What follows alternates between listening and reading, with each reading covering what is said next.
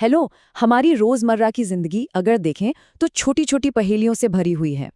अच्छा, क्या हो अगर इन पहेलियों को सुलझाने का एक बहुत ही सिंपल लेकिन पावरफुल तरीका हो।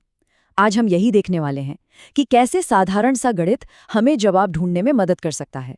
चलिए, शुरुआत ही एक पहेली से करते हैं। सुनील के बारे में सोचिए। उसके पास एक थैले में कुछ अमरूद हैं, हमें नहीं पता कितने।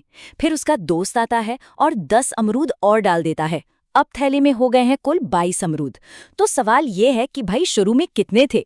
ठीक है, तो इस तरह की पहेलियों को सुलझाने के लिए ना एक खास टूल बनाया गया है। इसे कहते हैं समीकरण यानी इक्वेशन।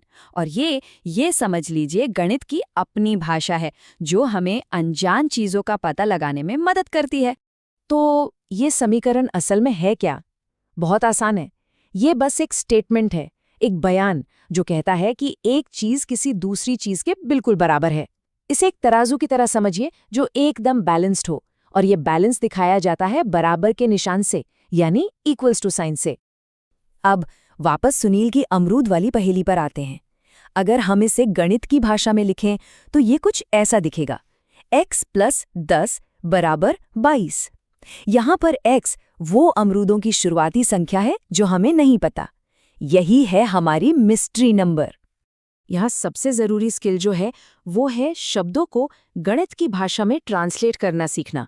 एक बार ये आ गया ना तो समझ लीजिए आधी पहेली तो वहीं सुलझ गई। और इसको करने के बस 2 आसान से स्टेप्स हैं। पहला, ये पता लगाओ कि क्या चीज़ नहीं मालूम, वही हमारी अनजान क्वांटिटी है, और उसे x मान लो।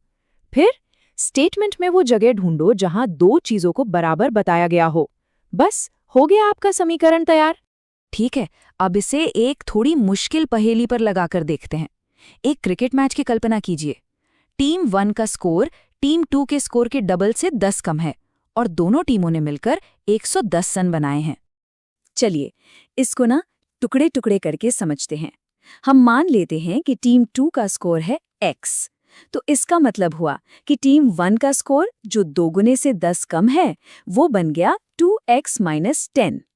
और जब हम दोनों को जोड़कर टोटल स्कोर निकालते हैं तो हमें अपना फाइनल इक्वेशन मिल जाता है।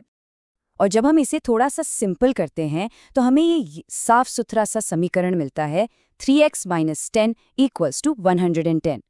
अब ये हल करने के लिए बिल्कुल तैयार है। चलो फटाफट कुछ और उदाहरणों से प्रैक्टिस करते हैं। पहला वाला देखिए, x और 6 का योग 13 है। ये बन जाता है x + 6 = 13। सिंपल। अब जरा तीसरे वाले पर नजर डालिए। किसी संख्या का तिगुना 6 है। ये बन गया 3x = 6। देखा, एक बार तरीका समझ आ जाए तो ये कितना सीधा है। ठीक है, तो हमने समीकरण बनाना तो सीख लिया। अब आता है अगला लॉजिकल स्टेप, उस मिस्ट्री नंबर x की वैल्यू खोजना। असली मजा तो अब शुरू होगा। चलिए इस पहेली को देखते हैं। 5 किताबों की कीमत 7 किताबों की कीमत से 14 रुपए कम है। हमें एक किताब की कीमत पता लगानी है। पहला काम, ट्रांसलेशन। अगर एक किताब की कीमत x है तो इस पहेली से हमारा समीकरण बनता है 5x = 7x - 14। अब इसे सॉल्व करते हैं। हम सारे x वाले टर्म्स को एक तरफ ले आते हैं। तो 5x में से 7x गया तो बचा -2x। अब हमारे पास है -2x = -14। जब हम दोनों तरफ -2 से डिवाइड करते हैं तो हमें मिलता है x = 7। तो एक किताब की कीमत हुई 7 रुपए। ये वाला तो एक और क्लासिक उदाहरण है।